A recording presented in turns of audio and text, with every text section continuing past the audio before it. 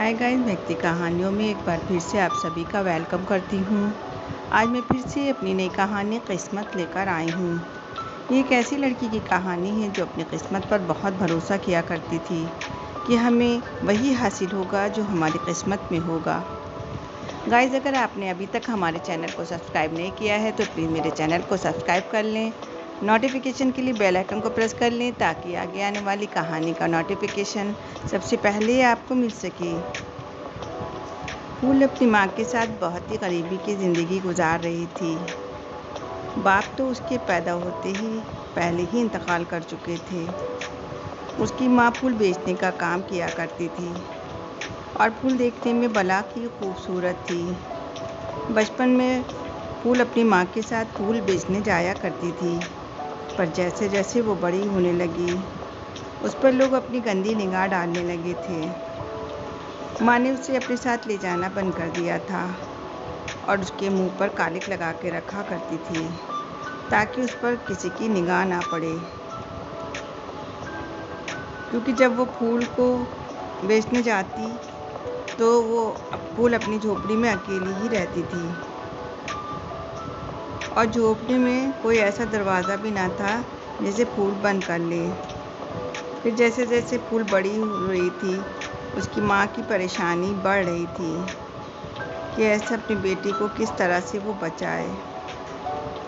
इसी परेशानी का सोचते सोचते वो बीमार पड़ गई और कई दिनों से फूल बेचने भी ना जा पाई थी। घर पर फाके की नौबत आ गई थी। फिर फूल अपनी माँ से बोली, माँ, मैं क्या आज फूल बेचने चली जाऊँ?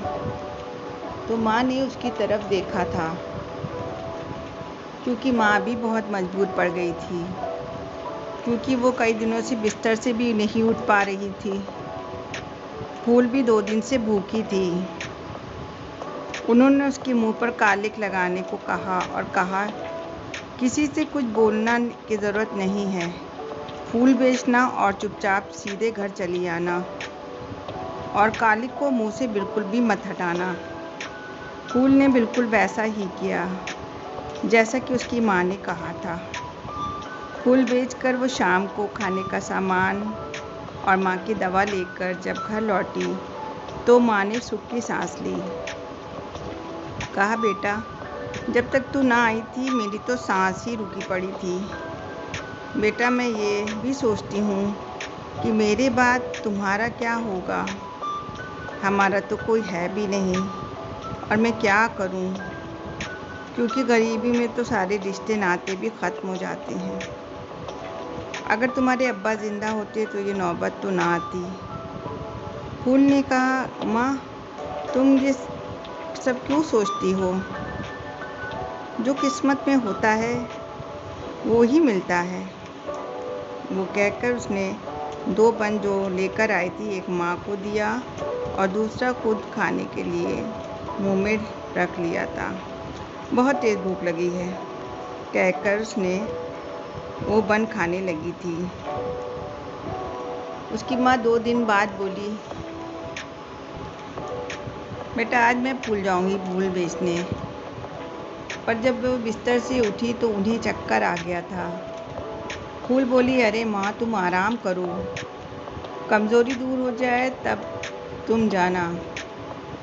फिर वो रोज़ की तरह मुंह पर कालिक लगाकर घर से निकली, पर थोड़ी दूर जाने पर बारिश शुरू हो गई थी।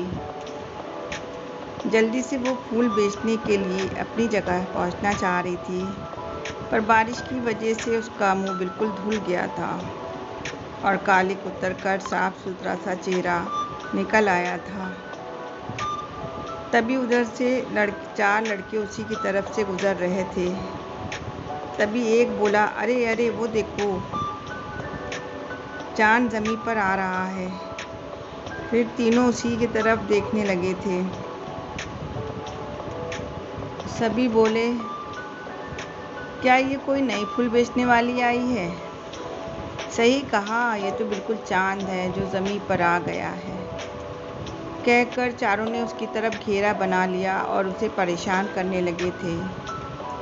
कोई उसका फूल छीन रहा था, तभी एक लड़की ने उसका दुपट्टा छीनकर ऊपर की तरफ फेंका। तभी सामने से एक गोरा चिट्टा लड़का, जो बिल्कुल अंग्रेज़ था, आकर पूछने लगा, व्हाट हैपेंस, ये क्या हो रहा है? तभी चारों हंसने लगे थे। अरे अंग्रेज़ की औलाद, तू क्यों बीच में आ रहा है? ये तो अपने देश का माल है। तो हमारा ही तो हुआ। तभी उस लड़के ने बुरी डरी सैमी फूल को देखा, फिर उसका दुपट्टा उसे दे दिया था। चारों ने कहा, तुम बीच से हट जाओ, नहीं तो तुम्हारी बुरी तरह पिटाई करेंगे। वो अकेला था, फिर भी फूल को बचाने की कोशिश करता रहा। वो चार थे और वो अकेला, तब भी वो उन पर भारी था और चट्टान बना फूल और उनके दरमियान खड़ा था। तभी वहीं पर एक पुलिस की जीप आती दिखाई दी, तो चारों लड़के तेज़ी से भागने लगे थे। जीप में से 2 कांस्टेबल निकले और चारों को उधर दबोचा। पुलिस इंस्पेक्टर ने उससे पूरी सूरत हाल मालूम की थी। पता चला कि वो लड़का टर्की से आया था और यहाँ पढ़ाई कर रहा था। उसका नाम याकूब था। पूरी कार्रवाई करने के बाद वो इंस्पेक्टर ने उन चारों को तो जेल में डाल दिया, पर फूल और उस लड़के को छोड़ दिया था। लड़का थोड़ी बहुत हिंदी जानता था। उसने फूल से पूछा, तुम कहाँ रहती हो? चलो मैं तुम्हें तुम्हारे घर पहुँचा देता हूँ। फूल बहुत ही ज़्यादा डरी हुई थी। वो उसके आगे चल पड़ी थी। फिर आगे बढ़कर उन्होंने एक टैक्सी वाला को रोका और उस पर बैठ गए थे। उसने अपने झोपड़ी का पता बता दिया। जब वो अपने घर पर पहुंची तो उसकी माँ झोपड़ी के बाहर ही खड़ी थी और दोनों को देखकर चौंक पड़ी थी। पर जब वो माँ के पास आई और सब कुछ बताया तो उसकी माँ भी बहुत ज़्यादा डर गई थी। फिर याकूब वहाँ पर अक्सर आने लगा था। अब फूल बेचने माँ ही जाती। याकूब की पढ़ाई पूरी हो चुकी थी और वो टर्की वापस जाने वाला था। एक दिन वो उसकी माँ से बोला कि मुझे फूल से शादी करनी है, आपको कोई एतराज़ तो नहीं है? और मैं आज ही निकाह करना चाहता हूँ और फूल को अपने साथ ले जाना चाहता हूँ। तो उसकी माँ ने सोचा कि लड़का बाहर का है, पता नहीं मेरी बेटी के साथ कैसा रहे। पर वो चाहती थी कि मैं आज हूँ कल नहीं, उसके बाद मेरी बेटी का क्या होगा। फिर वो फूल से पूछती है, तो फूल को तो अपनी किस्मत पर बहुत भरोसा था। उसने कहा, माँ अगर मेरी किस्मत में यही है तो ठीक है। फिर उसकी माँ तैयार हो जाती है और काजी को बुलाकर दोनों का निकाह करवा दिया जाता है। निकाह करके वो उसे रुखसत कराकर पहले अपने हॉस्टल ले जाता है।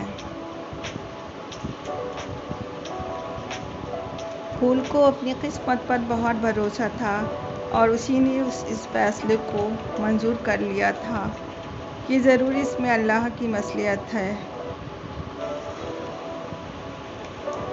एक हफ्ते के बाद फूल अपनी माँ से मिलने आई थी। वो याकूब के साथ अपने ससुराल टर्की जा रही थी और फूल का चेहरा खुशी से दमक रहा था। माँ उसे देखकर बहुत खुश हुई और उसके चेहरे पर एक इत्मीनान सा आ गया था।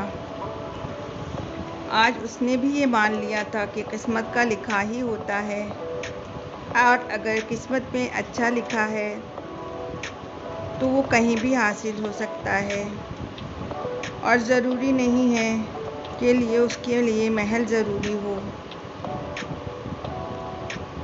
आज पूरे 2 साल के बाद फूल अपने दोनों जुड़वां बच्चे अली और अलीज़ा के साथ उसी झोपड़ी में माँ से मिलने आई थी। उसकी माँ आज भी फूल बेचने का काम किया करती थी। फूल ने वहाँ टर्की में माँ को बुलाना चाहा था, पर माँ ने कहा कि मेरी किस्मत में जो है मैं भी इसी में खुश हूँ। इसलिए हमें हमारी किस्मत में जो लिखा होता है वो ही मिलता है, उसी में हमें शुक्र और सब्र से काम लेना चाहिए। गाइस, आपको हमारी कहानी अच्छी लगी हो तो कमेंट सेक्शन में लिख कर ज़रूर बताएं।